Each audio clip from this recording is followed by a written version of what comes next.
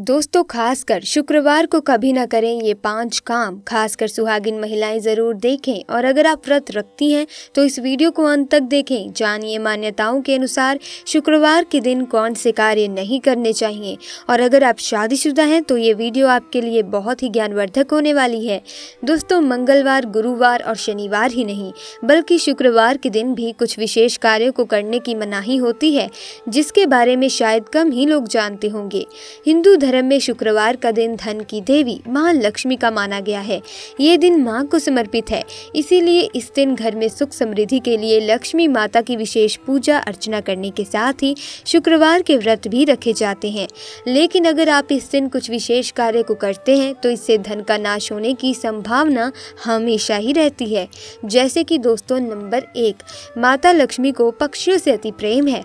पक्षियों को चावल दाना खिलाने से व्यक्ति के कर्ज कम होने लगते हैं और कई सुखों की प्राप्ति होती है।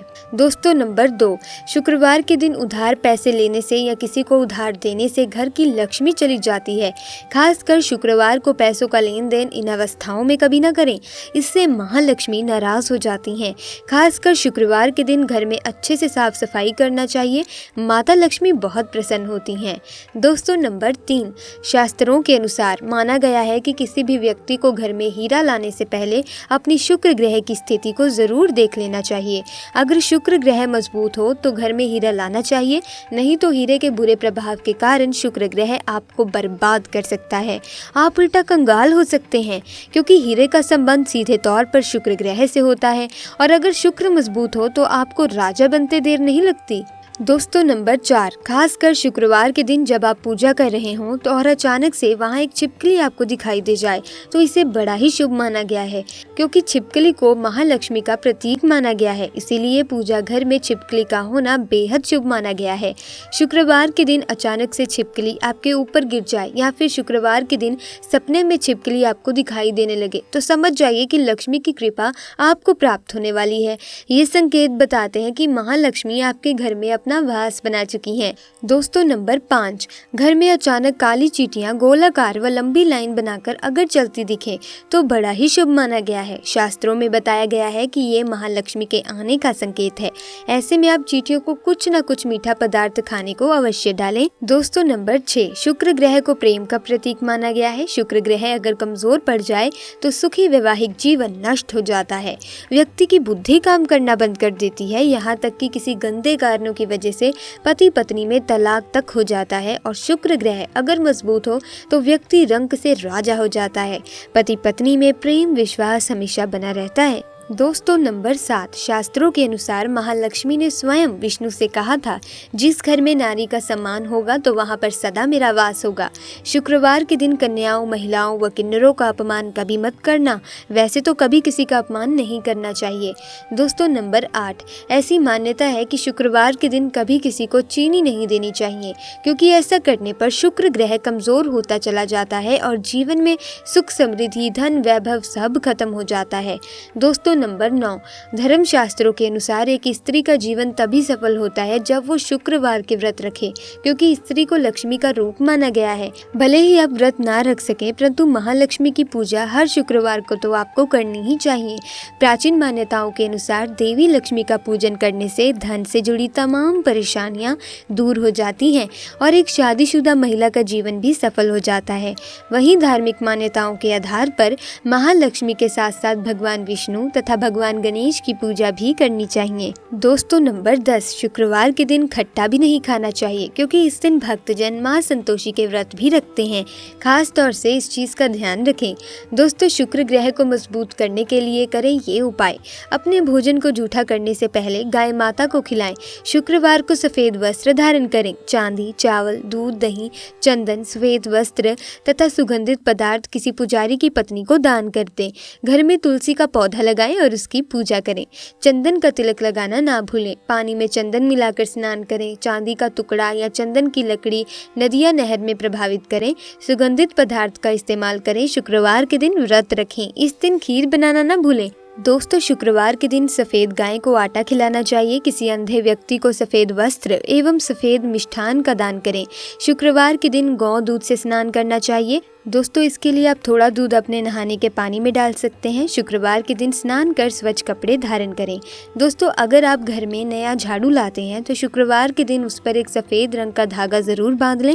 सबसे पहले तो इस बात का ध्यान रखें कि झाड़ू लगाते वक्त बात ना करें, यानी किसी भी तरह की बात करते समय झाड़ू ना लगाएं।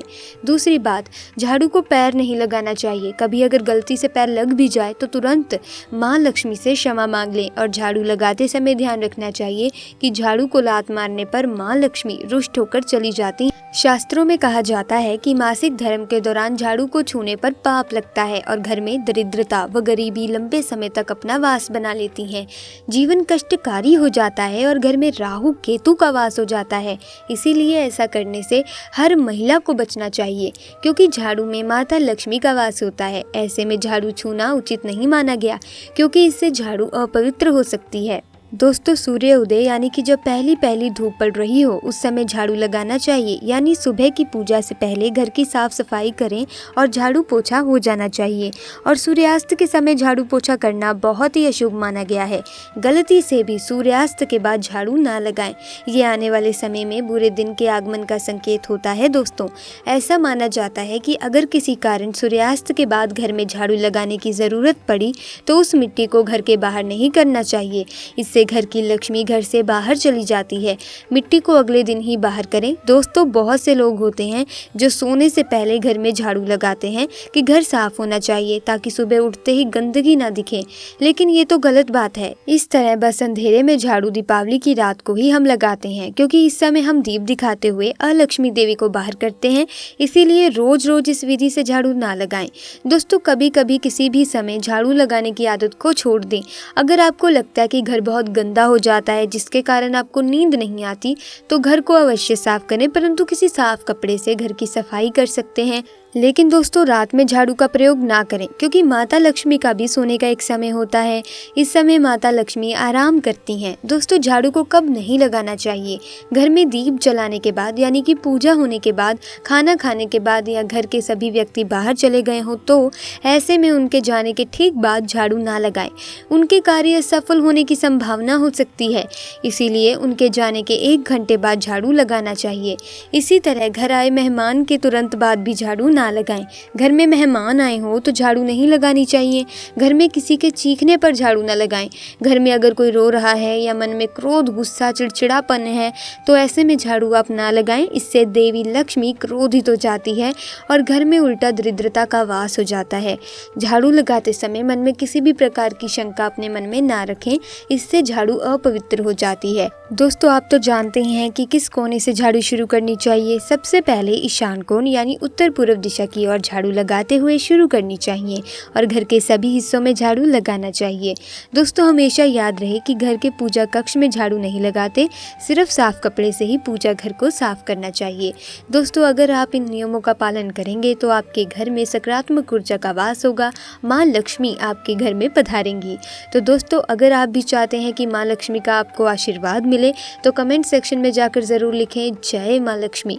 और दोस्तों वीडियो अच्छी लगी, ज्ञानवर्धक लगी, वीडियो को लाइक कीजिए, चैनल को सब्सक्राइब कीजिए। मिलेंगे अगली वीडियो में नई जानकारी के साथ। आपका बहुत बहुत धन्यवाद।